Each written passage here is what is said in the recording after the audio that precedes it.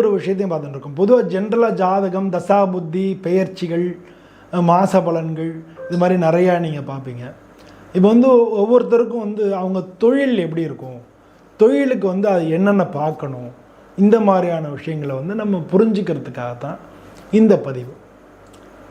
பொதுவாக துலா லக்னம், துலா ராசிக்காரங்க இவங்க எல்லாருக்குமே 2ஆம் இடத்துக்கு அதிபதி யார் அப்படின்னா செவ்வாய்.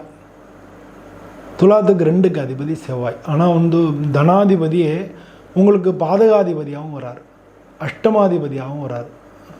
துலாத்துக்கு இல்லை, பாதகாதிபதி அதாவது 7ஆம் இடத்துக்கு அதிபதியாகவும் வரார், களத்திராதிபதியாகவும் 2ஆம் இடத்துக்கு அதிபதியும் அவர் களத்திராதிபதியும் வரார் செவ்வாய். அதே மாதிரி உங்களுக்கு 6ஆம் இடத்துக்கு அதிபதி குரு பகவான். அதே மாதிரி உங்களுக்கு தொழில் ஸ்தானாதிபதி சந்திரன். பொதுவாக துலா ராசி அன்பர்களுக்கு அவங்களுடைய தொழிலில், நீங்கள் சொந்த தொழில் பண்ணுறவங்க நிறையா பேர் இருப்பாங்க துலா ராசிக்காரங்க. அது மாதிரி வேலை பார்க்குறவங்களும் இருப்பாங்க. அதிகமான பேர் தொழில் பண்ணுறவங்களாம் இருப்பாங்க துலா ராசின்றவங்க. ஏன்னா இவங்களால் எல்லாரையும் அனுசரித்து பேசி வேலை வாங்க முடியும், வேலை வாங்கக்கூடிய திறமைகள் உள்ளவங்களாக இருப்பாங்க.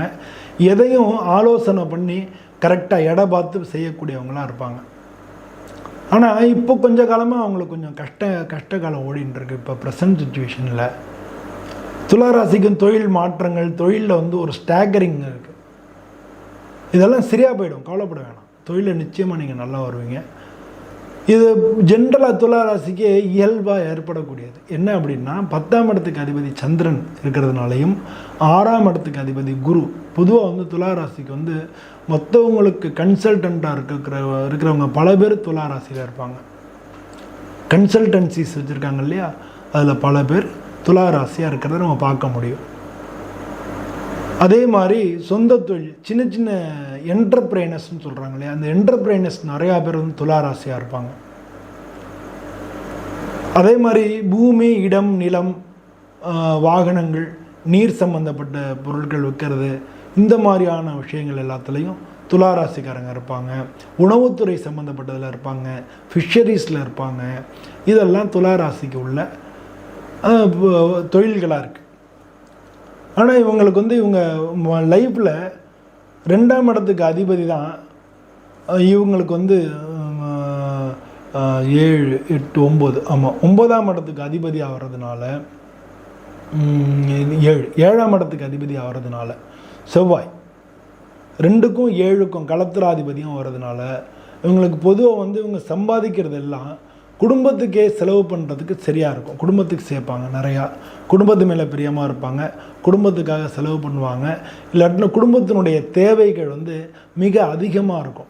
இவங்க சம்பாதிக்கிறது அத்தனையும் குடும்பத்துக்காக இவங்க செய்ய வேண்டியதுக்காக கண்டிப்பாக இவங்களுக்கு இருக்கும். அதே நேரத்தில் பூமி, இடம், நிலம், மனை, வாகனங்கள் இதெல்லாமே உங்களுக்கு நல்லபடியாக அமையும். இதெல்லாமே உங்களுக்கு கிடைக்கும். இதெல்லாம் எப்போ கிடைக்கும் அப்படின்னா செவ்வாய் நல்லா இருக்கணும், குரு நன்னா இருக்கணும், சந்திரன் நன்னா இருக்கணும். அது 3 நன்னா இருந்ததுன்னா உங்களுக்கு கிடைக்கும். சந்திரன் பொறுத்தளவில் இந்த ராசியிலே இருந்தார். இப்போ 10வது கர்மாதிபதி இவங்களுடைய ராசியிலே இருந்தால் என்ன பலன்? அப்போ என்ன பலன் அப்படின்னு பார்க்கும் பொழுது தொழில்ஸ்தானாதிபதி இவங்க சுக்கிரன் இந்த ராசியிலே இருந்தால் நிச்சயமாக இவங்களுடைய லைஃப் நல்லா இருக்கும். அதுவும் இவங்க முக்கியமாக ரியல் எஸ்டேட்ஸு, கன்ஸ்ட்ரக்ஷன்ஸு, வீடு வாகனம் கட்டித்தரது, ஃபேன்சி ஸ்டோர்ஸ் வச்சுருக்கிறது, பெண்கள் சாதன பொருட்கள், பெண்கள் அழகு சாதன பொருட்கள் விற்கிறது, இந்த மீடியாவில் இருக்கிறது, இதெல்லாம் இவங்க நிச்சயமாக அந்த மாதிரி தொழில்கள் செய்யக்கூடியவங்களாக இருப்பாங்க. இதெல்லாம் அவங்களுக்கு உண்டான தொழில்களாக இருக்குது. சரி, இதே இந்த துளாராசியில் 6ஆம் அதிபதி அவர் ருணரோகாதிபதி குரு பகவான் இந்த ராசியில் இருக்கார். அப்போ என்ன மாதிரி இருக்கும் அப்படின்னா அவர் இருக்கிறதுனால கன்சல்டன்சிஸ் அவர் பாதிக்காமல் இருக்கணும். அதாவது வக்ரமாகாமல் இருந்தார்னா அவங்க கன்சல்டன்சிஸ் ஆரம்பிக்கிறவங்க, அது மாதிரி புது தொழில் ஸ்டார்ட் அப் ஆரம்பிக்கிறவங்க, அது மாதிரி ஈவன் மதங்கள், மடங்கள், இது மாதிரியான விஷயங்கள் எல்லாம் நிறுவக்கூடியவங்க, ட்ரஸ்ட் இதெல்லாம் நிறுவக்கூடியவங்க, இதெல்லாம் 4 பேருக்கு சோஷியல் சர்வீஸ் பண்ணக்கூடியவங்க, என்ஜிஓஸ் வச்சுருக்கிறவங்க, இதெல்லாம் வந்து இருக்கும். ஒருவேளை செவ்வாயே இதில் இருந்தார்னா என்ன, 2ஆம் இடத்து அதிபதி 7ஆம் இடத்து அதிபதி இதில் இருந்தார்னா என்ன பண்ணும்? ஒன்றும் பண்ணாது. இவங்க வீட்டில் தான் எல்லாத்தையும் செய்வாங்க, இவங்க வந்து அவங்கள ஹெல்ப் பண்ணுவாங்க. இப்படி ஆகும். இவங்க வீட்டில் தான் இவங்களுக்கு எல்லாமே செய்யக்கூடியவங்களாக இருப்பாங்க. இவங்க வீட்டில் வந்து அவங்கள முதலாளி அம்மா வச்சுட்டு இவங்க வந்து எல்லாத்தையும் செய்யக்கூடியவங்களாக இருப்பாங்க.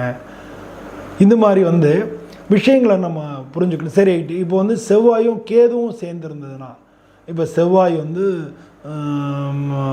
ஆக்சுவலாக வந்து செவ்வாய் மாதிரியே கேது பலன் தருவார்னு சொல்லுவாங்க. ஏன்னா செவ்வாய்க்கும் 7 வருஷம், கேதுவுக்கும் 7 வருஷம் அப்படின்னா அந்த மாதிரி கண்டிஷன்ஸில் பணங்காசுக்கு என்ன இருக்கும், கொல்லப்படாதீங்க. செவ்வாய் வந்து விருச்சிகத்திலையோ மேஷத்துலையோ மகரத்துலையோ ஈவன் கடகத்துலையோ இருந்தால் கூட சூப்பரான நல்ல யோகங்கள் கொடுக்கும். அதுவும் கேதுவோடு சேர்ந்தால் சமயங்களில் கோடீஸ்வர யோகம்லாம் கிடைக்கும். ஸோ அந்த மாதிரியான பலன் கிடைக்கும். அப்போ குருவோட கேது சேர்ந்தால் பயங்கர புத்திசாலியாக இருப்பார். இவர் தான் கன்சல்டன்ட்டு, இவர் கெட்டு தான் எல்லாம் செய்யணும். ஆனால் பணங்காசில் ஆர்வம் இல்லாதவராக இருப்பார்.